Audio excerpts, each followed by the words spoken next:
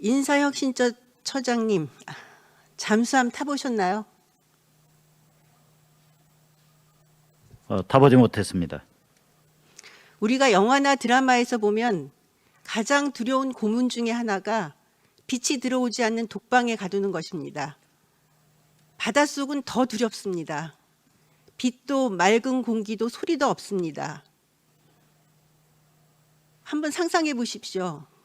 아무것도 안 보이고 아무것도 안 들리고 숨은 겨우 목숨을 유지할 만큼만의 산소가 공급되는 그런 상황을 한번 상상해 보십시오. 이런 바닷속에 잠수함이 있습니다. 잠수함 승조원은 1인당 거주 공간이 교도소 독방보다 좁습니다. 화재의 위험 때문에 반가공식품만 먹어야 합니다.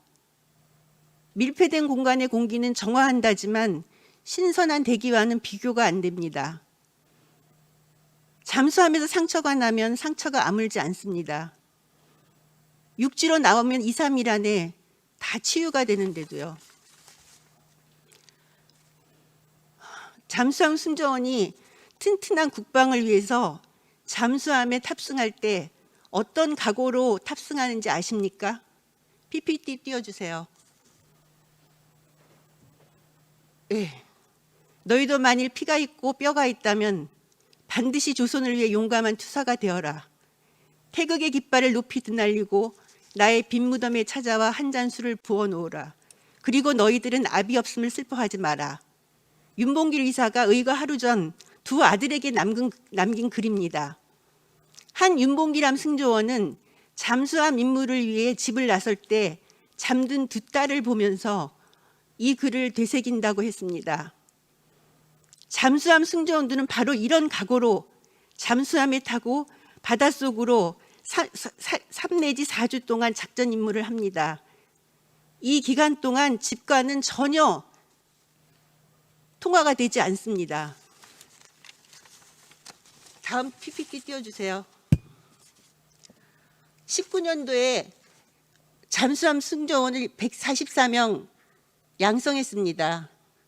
그렇지만은 이전에 근무하던 분 중에 59명은 퇴직을 했습니다. 올해 2020년 108명을 양성했는데 지금까지 48명이 잠수함을 떠났습니다. 잠수함 한 대의 총 승조원은 45명이고 잠수함 한 대에 탑승하는 승조원보다 많은 숫자들이 저렇게 퇴직을 하는 것입니다. 이런 헌신에 보답하고 조기 퇴직을 막아보려고 잠수함 잠항수당을 1인당 1일 10,000원에서 30,000원으로 인상하기 위해 다음 PPT 보여주세요. 18억 2천만 원을 증액을 요구했습니다. 인사혁신처에서는 1,000원을 올려 11,000원을 주장하고 있습니다.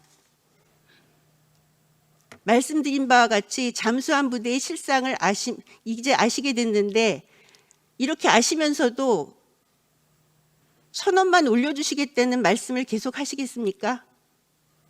한번 말씀해 주십시오. 위원님 말씀대로요.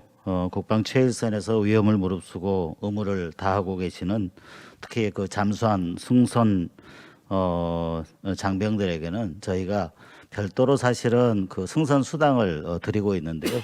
그게 지금 정확한 기억은 아닙니다만 70만 원 정도가 되고요. 그다음에 이제 거기에 한 번 승선하실 때마다 가상금을 주는 비용이 있는데 그 비용이 종전에는 10,000원이었습니다. 그래서 이제 그 가상금을 조금 저희들이 더 반영을 하고자 11,000원으로 이렇게 예산에 반영을 했었는데요. 최근에도 계속 이 비율은 높여가고 있어 왔습니다. 다만 그런 부족한 부분이 있다고 한다면 그런 부분들에 대해서는 국방부나 또 기재부 관계당국과 저희들이 협의를 해서 합리적인 개선 방안을 한번 찾아보도록 그렇게 하겠습니다. 인사혁신처 처장님, 지금 막 국방위에서는 제가 지금 드린 자료는 10,000원에서 30,000원으로 인상하는 거지만은 우리 국방위원장님들은 국방위원들은 잠수함 근무의 이 열악함, 그리고 그들이 떠날 때마다 목숨의 위협을 받고 있다는 것을 이해하셨기 때문에 오히려 5만 원으로 인상해야 된다고 결의를 하셨습니다. 이런 사항을 기억하시고 그 1,000원 인상이라는 그 말씀은 안 해주셨으면 합니다.